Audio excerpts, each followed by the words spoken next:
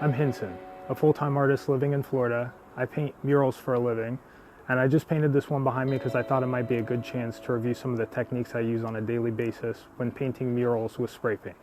First off, hello, sorry for the camera change without saying anything.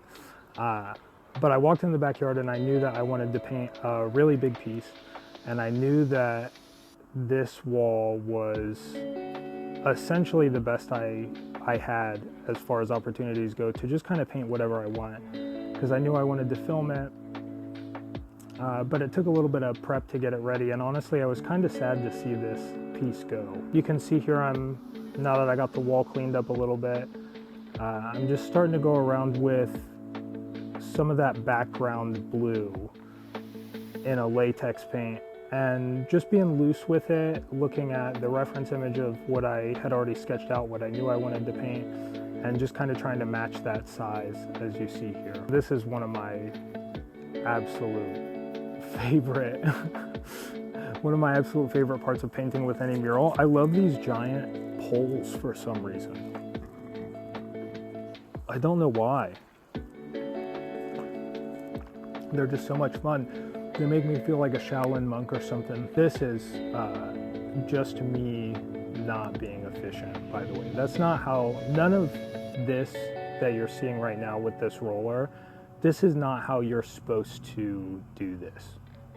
So this part's definitely not a tutorial. I would like to give that disclaimer. This is just me having a good old time, because for some reason I really enjoy this part of the process. I'm realizing now it is kind of satisfying to watch. This was the first piece. I kind of wanted to try something new and base coat all of my darkest color blocks with latex paint. And the reason I wanted to do that honestly is kind of two-part. One, it's a cheaper way to do things moving forward because base coating with spray paint is just extremely expensive at times. But two, I can really ensure that the deepest value in all of my individual color blocks is super opaque. It ended up working out pretty well. You know, I unfortunately have taken longer than I want to make this video. So it's been a little bit. That's another thing early in my career, or I guess the first thing I'll point out early in my career, I didn't really take into account is, yes, you want to make everything opaque, but if you make your bottom layer of paint too thick or too heavy on the wall, it's going to cause a lot of problems, especially later on when you go to do your line work. Right, so these are ginkgo leaves. This is the background. I did not have a sketch for these. I didn't have these ginkgo leaves planned. I had a picture of what a ginkgo leaf looks like pulled up on my phone and was like, yeah, I bet I could do that all over this entire wall without any practice. And honestly, I feel like I did pretty well. There's a couple areas that in the end look a little bit like shower heads because of it, which is unfortunate. What I'm really doing when I create those thin tapered lines like that is manipulating two out of the three major building blocks of can control, right? So you have speed, distance, and angle. And the way I explain it when I give classes is that distance controls both how thick the line is and how clean it is. Speed controls how clean the line is and how opaque it is. And then angle can help you choose which side of a line you're looking to blend into another color, if that makes sense. So what I'm doing here is I'm manipulating distance and speed at the same time in order to create these tapers. I'm starting far away and moving a little bit slower, and then as I create the line, as I move towards the end of the line, I'm getting closer to the wall and speeding up to prevent drips. And then once you've gotten as close to the wall as you can possibly get, which is essentially the cap scraping the wall, and you're moving really fast, you have to make sure to let go of the cap at the right time. Otherwise, you'll get these like weird tails on the ends of your lines, which I think some of these might have some little like dots or something at the end of them. You might be able to see up here, but most of them are pretty solid. And I prefer not to do cutbacks on line work in my pieces if I can help it, or if I feel that it's aesthetic, because I like people to see what the natural ends of my lines look like. I really like a technique called double lining, which we'll get to here a little bit later in the process, but that can cause some problems with lines looking a little bit wobbly, and I don't mind cutting back on those. But as far as the points of the lines or the general shape of the line, I try to leave that up to can control as best as I can. And this is really where you get to see a lot of manipulation of angle when it comes to can control. So I'm holding the can at a really harsh angle. I mean, almost 90 degrees to the wall. So like the cap, you know, perfectly flat up against the wall. Coffee's good. I'm a big French press advocate. You know, it's easier than people think. Growing up, I feel like people always thought French press coffee was really hard to make, but it's literally just hot water, coffee grounds, and then you press it. You literally just press it. Super easy. It tastes way better than an electric coffee pot or a Keurig or something. I'm also, when I'm doing this, I'm not afraid to cut into other shapes that are in front of the shadows I'm trying to create. Like here, I cut really far down into the nose. I end up moving that up quite a bit, but I knew that I wanted the shading to be opaque where the nose would eventually meet it. So I just decided go ahead and bring that down further than I know it needs to be. And then I can cut back when I touch up all the whites later on and actually create the real shape of the nose. There are some areas where you can get away with stuff like that. You can get away with leaving stuff a little bit sloppy at certain times because you know another step will clean it up when you come back through. But there are some things that you just have to nail from the beginning, because you know that that's essentially what that shape's going to look like in the finished product. Kind of like this right here, that corner part I just carved in, and then this one I'm about to do. I really felt the need to make these exactly what I wanted the first time through. I did a pretty good job. The top one's a little bit choppy in the corners, and that's just because I wasn't fluid enough with my arm motions. Same with that one. Gets a little bit wiggly there. It's almost like a magic trick, because I lean over it and you can't see the spray the whole time, and then all of a sudden it's like, oh, shape. That's another thing. People think that at a certain point I just like stopped getting nervous when I paint things. No, nervous every time. I haven't been doing this as long as quite a few people in the community, to be fair. A lot of them have given me the advice of, everybody feels that way at first, it takes a really long time to go away, but when it does go away, you never really think about it again, or you just like never get past it. It's like people fall into two camps. So like eventually they just forgot about it and they don't worry about stuff like that anymore. They don't get nervous about technique stuff anymore, or they just endlessly stress about it. I think I'm going to be one of the people that just endlessly stresses about it forever, to be honest. Because I kind of like the struggle. I like worrying about it. And so typically what I'll do with something like this, instead of working dark to light in order to accomplish the look that I want, I essentially work light to dark, and then I just go back with my light color. Typically I'm only using 2. Ideally what I'm looking for with my darker color is something that's just like 2 notches too dark, you know? Like just a little bit darker than I think would actually look good.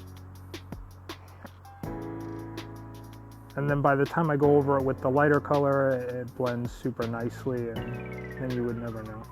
But my natural inclination would be to just grab the one that looks best the first time. However, it's not the same, you don't get the same feeling as when you go back and just dust everything lightly using this method. I've done both though.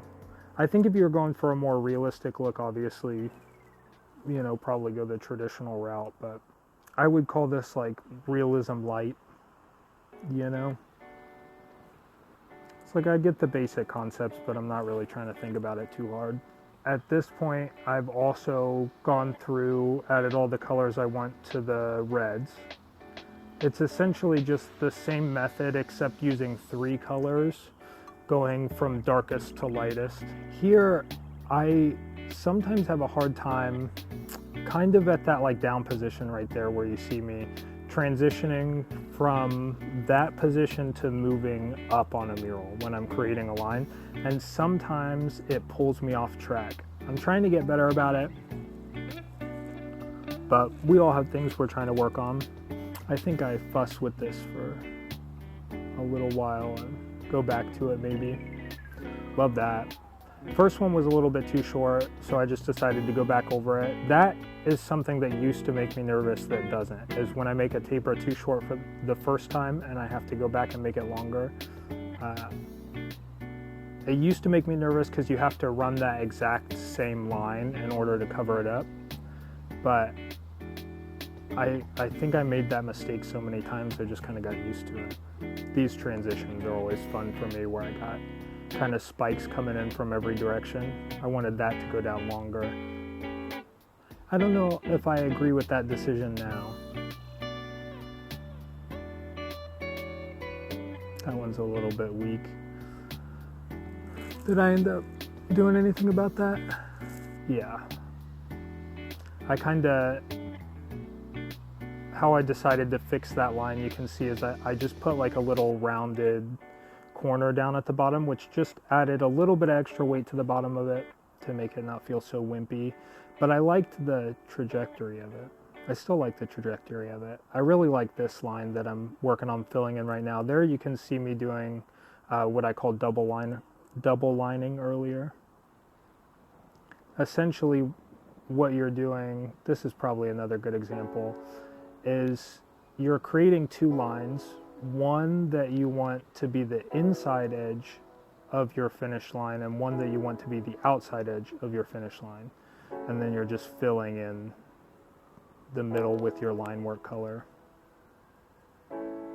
It is best if you're going to do this technique to know how to create pin lines, which are like really tiny, skinny lines that they're almost the width of like a fat Sharpie. Just because it'll allow you to be more precise. And honestly, that's why a lot of my stuff has such a clean, taped off look.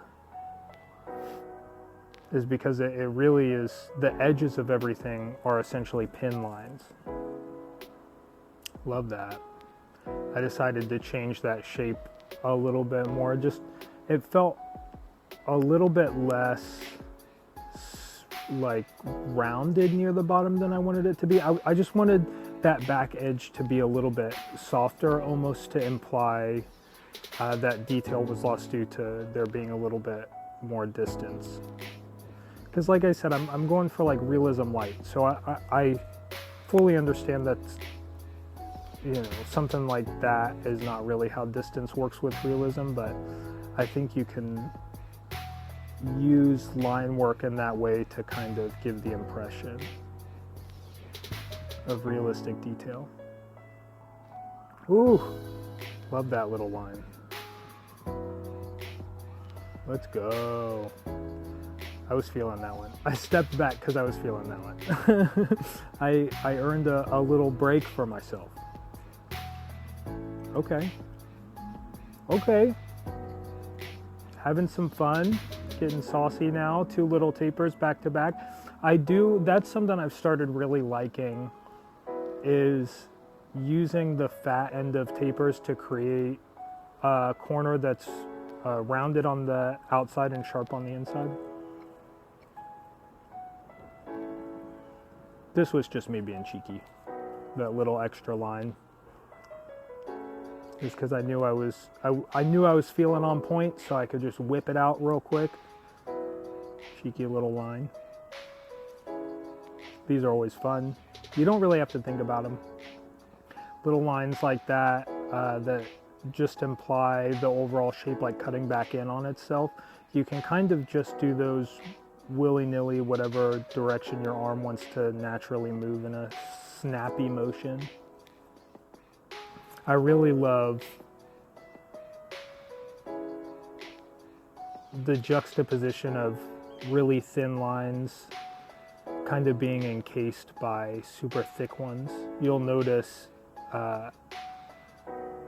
almost always, I think always in this piece, if a line is touching the outside, it's super thick. And there we go. There's the reveal of the final piece. Man, it was a fun one. It was actually a holiday weekend. At one point there was like a little cookout going on behind the camera. We made campfire pizzas. If you've never done that, it's a lot of fun. Got to throw the tag up on the wall.